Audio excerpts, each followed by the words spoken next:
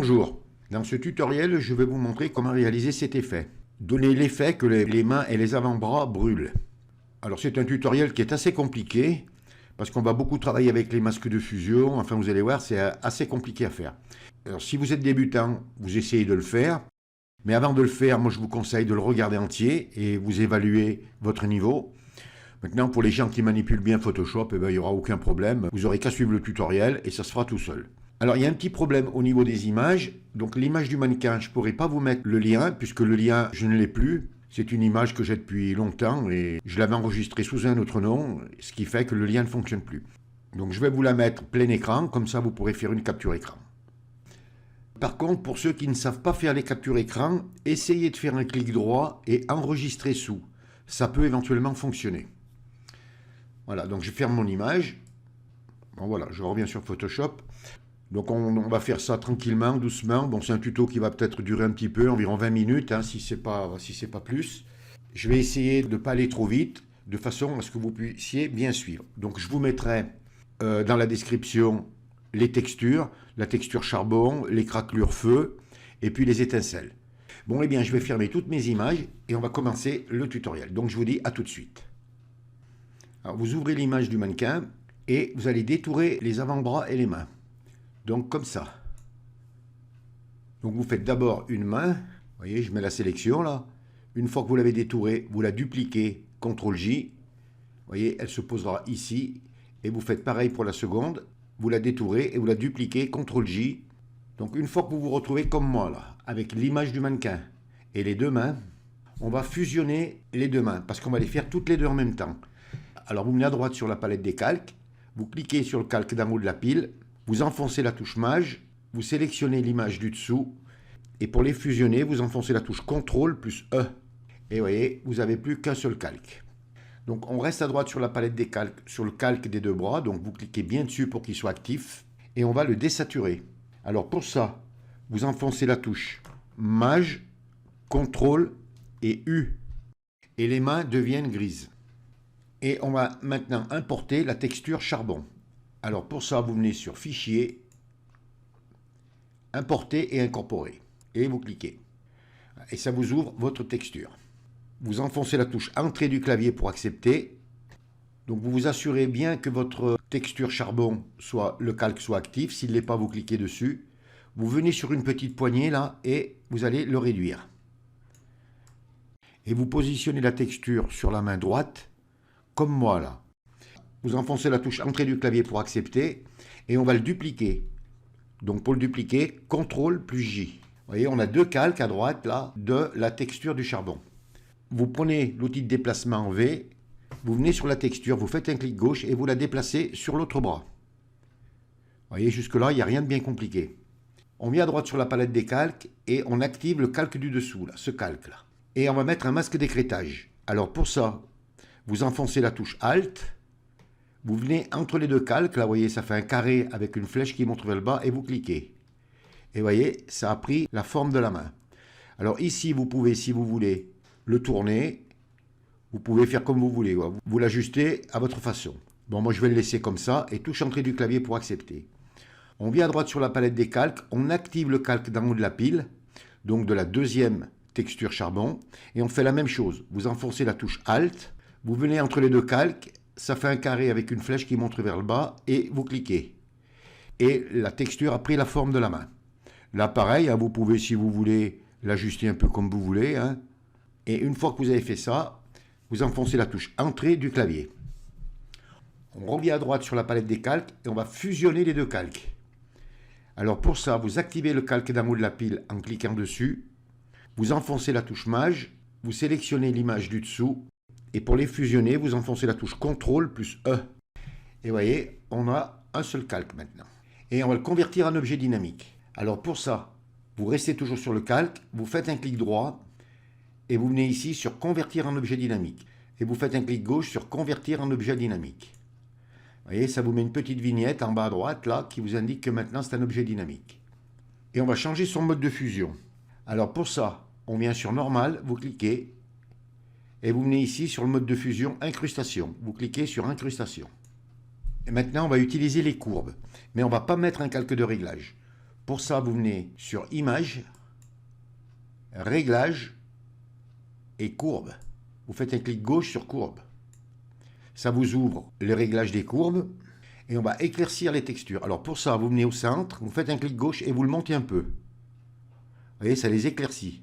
Vous voyez, à peu près, l'entrée, vous la mettez entre 100 et 110. Et vous cliquez sur OK. Alors vous voyez, on n'a pas besoin de mettre de calque de réglage parce que vous voyez, ça vous a mis directement un filtre dynamique. C'est pour ça que je vous l'ai fait convertir en objet dynamique. Ce qui veut dire que si vous voulez, par exemple, éclaircir encore un peu plus, ou si vous voulez les refoncer, il vous suffit de cliquer sur courbe. Là, vous faites un double clic sur courbe et voyez, vous pouvez y revenir. Voilà pourquoi je vous les ai fait convertir en objet dynamique. Alors, on reste toujours sur le calque de la texture et on vient sur le petit symbole là, du filtre dynamique là, et vous double-cliquez. Ça va vous ouvrir les options de fusion des courbes. Vous venez sur normal, vous cliquez et vous mettez sur lumière ponctuelle.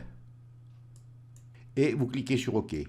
Alors, si vous voulez le rechanger, par exemple, le mode de fusion, que vous estimez qu'il ne convient pas, eh bien, vous revenez ici, vous redouble-cliquez, et vous voyez, on est toujours sur lumière ponctuelle. Donc, vous voyez, vous avez plein de solutions pour revenir soit sur les courbes, soit sur le mode de fusion du filtre dynamique. Attention, là, c'est bien le mode de fusion du filtre dynamique.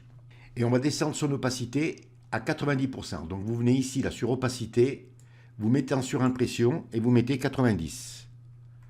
Et vous enfoncez la touche entrée du clavier. Alors bon, moi là je l'ai mis à 90%, mais si vous voulez le descendre à 80% ou le laisser à 100%, ça sera à vous de voir. Et maintenant on va importer les craquelures feu. Alors pour ça, vous venez à droite sur la palette des calques, vous activez le calque d'en haut de la pile pour que la texture des craquelures feu se pose au-dessus. Donc comme tout à l'heure, vous venez sur Fichier, Importer et incorporer, et vous cliquez. Et vous récupérez votre texture. Donc vous la positionnez, comme tout à l'heure, vous faites exactement la même chose sur une main. Voilà, ici. Vous enfoncez la touche Entrée du clavier pour accepter et vous la dupliquez, CTRL plus J. Vous voyez, vous avez deux textures maintenant. Vous venez sur votre texture, vous prenez l'outil de déplacement V, vous faites un clic gauche et vous la faites glisser. Donc vous venez sur la texture de gauche, vous recliquez dessus pour l'activer, ou alors vous venez à droite sur la palette des calques et vous cliquez sur le calque pour l'activer, et on va mettre un masque d'écrêtage. Alors pour ça, vous tenez enfoncé la touche Alt, vous venez entre les deux calques et vous cliquez. Et vous pouvez faire tout de suite la même chose avec le calque du dessus. Vous voyez, ce qui fait qu'on a écrêté nos textures. Et là, vous pouvez, si vous voulez, les travailler comme vous voulez. Donc on va les tourner un peu. Voilà, je vais les mettre comme ça. Touche entrée du clavier pour accepter. Ensuite, vous venez à droite sur la palette des calques, vous cliquez sur le calque de la seconde de texture pour l'activer. Et la même chose, on va pouvoir la faire pivoter comme on veut. Voilà, je vais la mettre comme ça. Et touche entrée du clavier pour accepter. Et comme pour la texture charbon, on va fusionner les deux calques. Vous avez déjà un calque qui est actif, vous enfoncez la touche Maj et vous cliquez sur le second. Ensuite, pour les fusionner, vous enfoncez la touche CTRL et la touche E du clavier. Vous voyez, ça les a fusionnés. Et on va les convertir en objet dynamique. Vous restez sur le calque, vous faites un clic droit et vous venez ici sur Convertir en objet dynamique. Vous faites un clic gauche sur Convertir en objet dynamique. Comme tout à l'heure, ça vous met une vignette maintenant qui vous indique que c'est un objet dynamique. Donc on reste toujours à droite sur la palette des calques, donc sur nos deux textures feu actives, et on va changer leur mode de fusion. Donc pour ça, on vient sur Normal, vous cliquez, et là vous venez sur Superposition. Vous faites un clic gauche sur Superposition.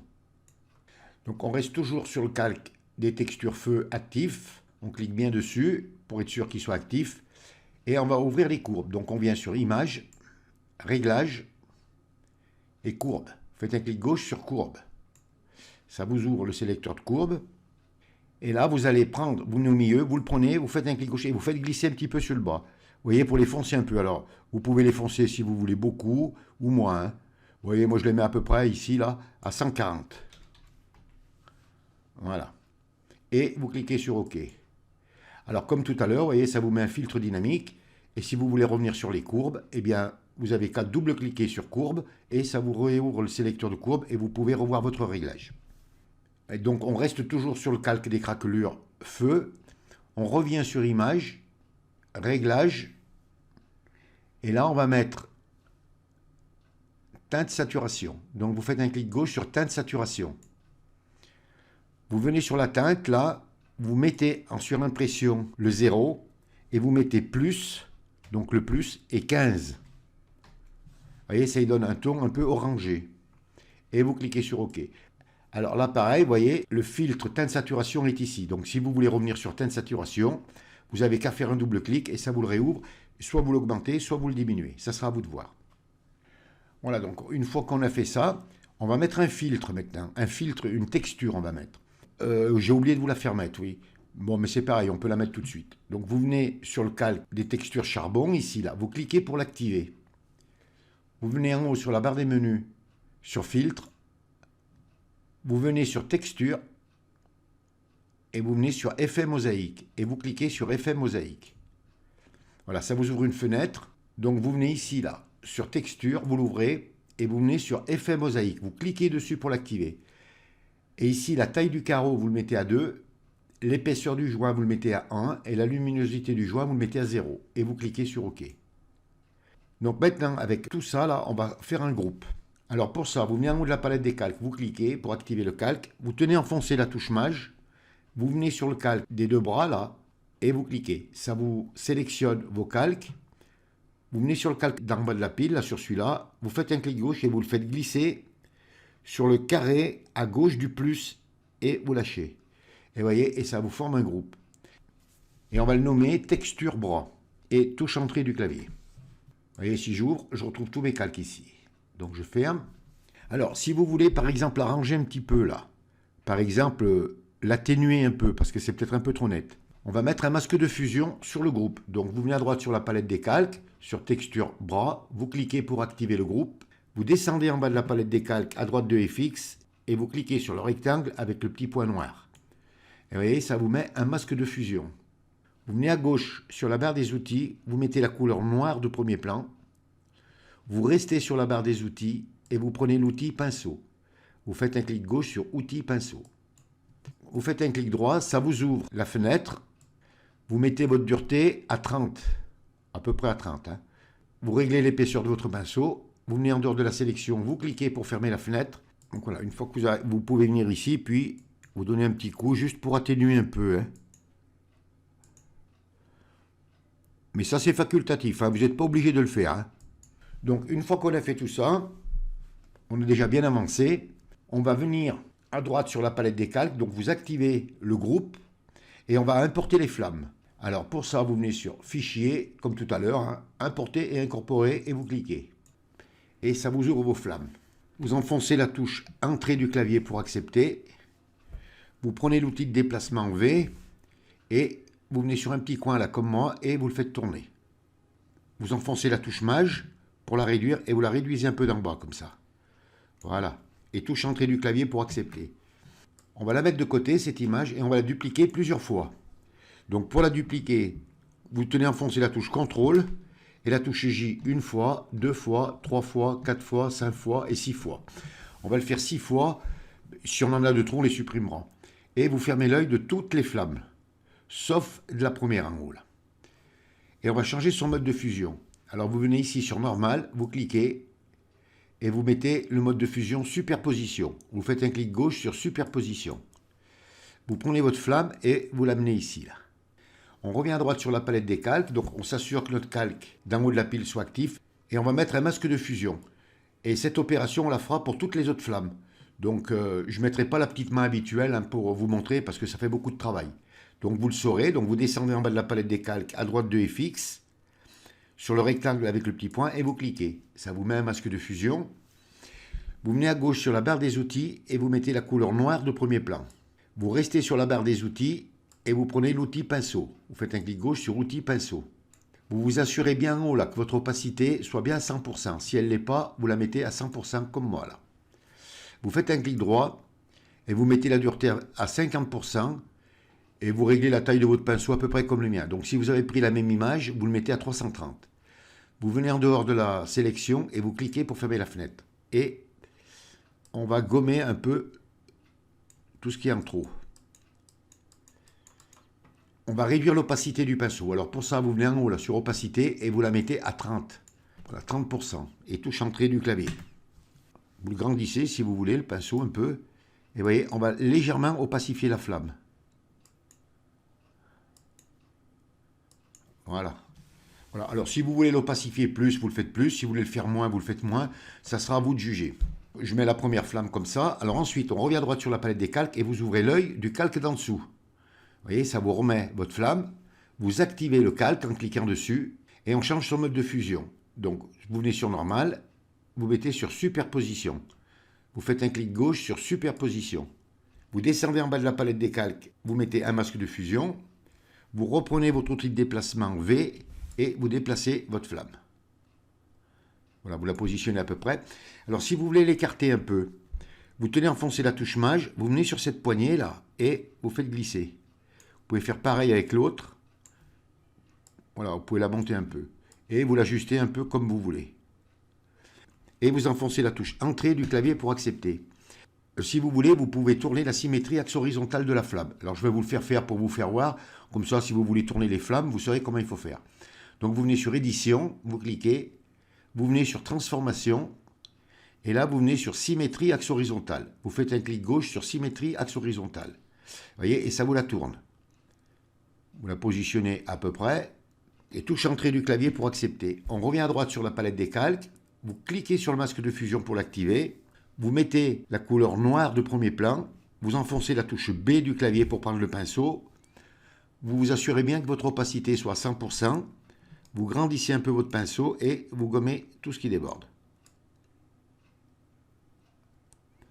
Voilà. Donc une fois que vous avez fait ça, on vient en haut sur opacité, vous la descendez à 30. Alors vous voyez, c'est toute une gymnastique. Hein. Il faudra faire ça avec toutes les flammes. Voilà. Et vous pouvez, si vous voulez, voyez, légèrement les opacifier. Alors ce sera à vous de voir. Hein. Soit vous le faites plus, soit vous le faites moins. Donc moi je vais laisser cette main comme ça, là. Donc on vient à droite sur la palette des calques. On ouvre l'œil d'une autre flamme. On active le calque. On change son mode de fusion en superposition. On descend en bas de la palette des calques, on met un masque de fusion, on prend l'outil de déplacement V et on va faire pareil. Alors là, celle-ci, il va falloir bien l'écarter. Donc, vous enfoncez la touche mage et vous l'écartez bien. Voilà, parce que cette flamme, on va la mettre derrière la main, comme si ça brûlait à l'intérieur. Voilà, et on va la positionner à peu près comme ça. Pour ça, on va récupérer la sélection de la main. Alors pour ça, on vient à droite sur la palette des calques et vous ouvrez le groupe. Vous venez ici là sur le calque des mains, vous l'activez, vous enfoncez la touche contrôle et vous faites un clic gauche sur la vignette là où il y a les deux bras. Vous voyez, et ça vous récupère la sélection. Mais nous, on va s'occuper que de celle-là, sélection. Donc vous fermez votre groupe là, vous venez ici, vous cliquez sur le masque de fusion pour l'activer. Vous venez à gauche sur la barre des outils, vous vous assurez que vous ayez la couleur noire de premier plan. Vous enfoncez la touche Alt et la touche Supre du clavier. Et vous voyez, ça vous supprime ce qu'il y a à l'intérieur de la main. Comme ça, on a l'impression que la flamme est de l'autre côté. On désélectionne CTRL plus D. On prend notre outil pinceau B. On s'assure que notre opacité soit à 100%. Si elle ne l'est pas, vous la mettez. Et là, vous effacez tout ce qui déborde. Vous voyez, on a bien l'impression que ça brûle à l'intérieur de la main. Donc là, on va la laisser comme ça, celle-là. Donc on revient à droite sur la palette des calques, on ouvre l'œil d'un nouveau calque avec la flamme, on change son mode de fusion en superposition, on met un masque de fusion, on prend l'outil de déplacement V et on va mettre quelques flammes ici. Alors là, on va l'agrandir, donc vous enfoncez la touche mage, vous agrandissez un peu.